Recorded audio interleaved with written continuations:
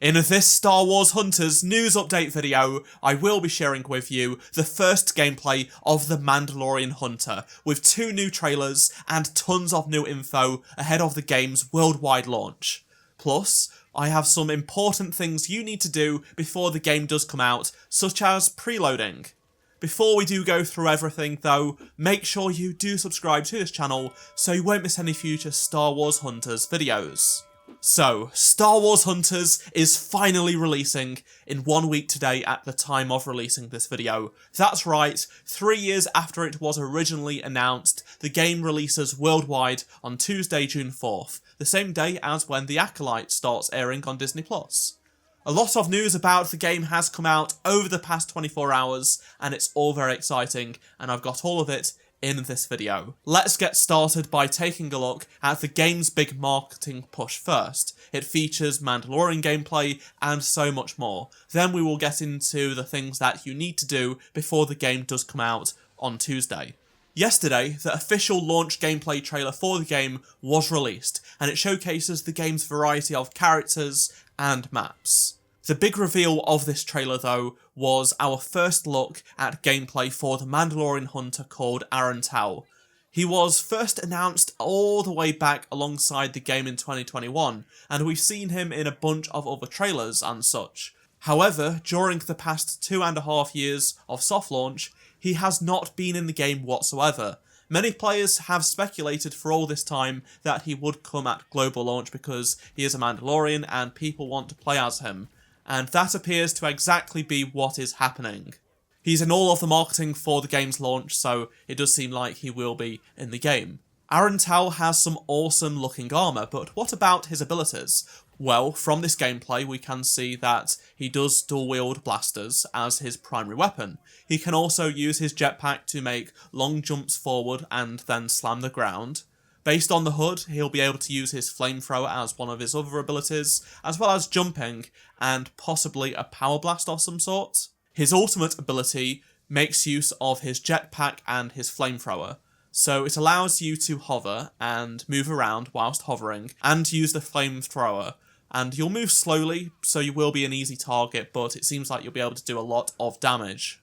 A really cool detail I noticed on Aran jetpack is that he has a meter on the back of it that is working in real time, showing the recharge of his ultimate ability. So whilst you have it on the HUD, it also displays on his jetpack.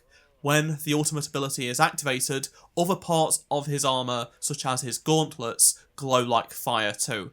It's really well done, I think.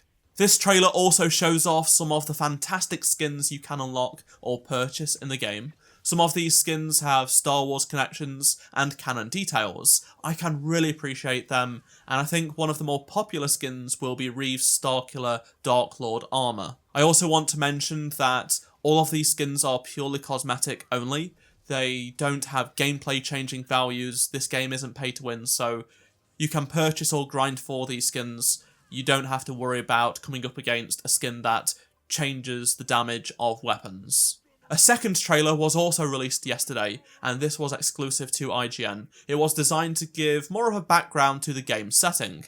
We get some cool cinematic clips of the various characters such as Aran in the game, but it does a good job of sharing the game's backstory, because all of this has been created within Star Wars canon. It's set after Return of the Jedi, and this whole event, this whole arena situation is a real sport in the Outer Rim, and all of these characters are part of canon. They even made a book that released last year that ties into the game's story. This trailer also shows us some new maps that have not been out in soft launch as well, so that's pretty cool to see.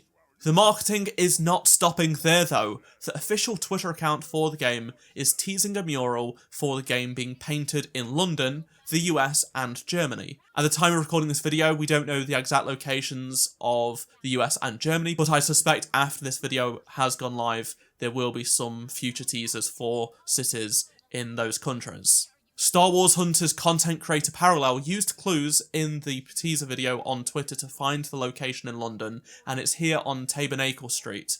I'm actually visiting London this weekend to see some Battlefront friends and the HCS Major, so if the mural is up, I will go and visit it for you guys. Next up, let's talk about some stuff that you need to do before the game comes out. These are must-dos. Preloading. As of today, the game can be preloaded on the Nintendo Switch. It comes in at just around 2 GB, so it won't be a long or big download. There is also a starter pack to purchase on the Switch, so if you're interested in that, it's called the Bounty Pack. It costs £12 and includes the plum skin and weapon wrap for Amara Vex, a bounty puck, emote sticker, a victory pose, and 500 crystals to spend in-game. Personally, I think this is a little bit on the excessive side compared to what you can actually purchase in the store already, so unless you're really into the skin, I would give this a miss. Don't forget to pre-register the game either on the Hunter's website. By doing this, you will earn a bunch of cosmetics for doing so, exclusive to those that pre-register on the website. This goes for both Switch and mobile players. If you are playing on mobile, pre-register again on the App Store or Google Play Store, because once the game is available to download on Tuesday, the game will automatically start downloading. You won't even have to go search for it. If you want to play the game right now and prepare for the worldwide launch, you can play on PC right now, whichever country you're in. I've got a tutorial on how to do it.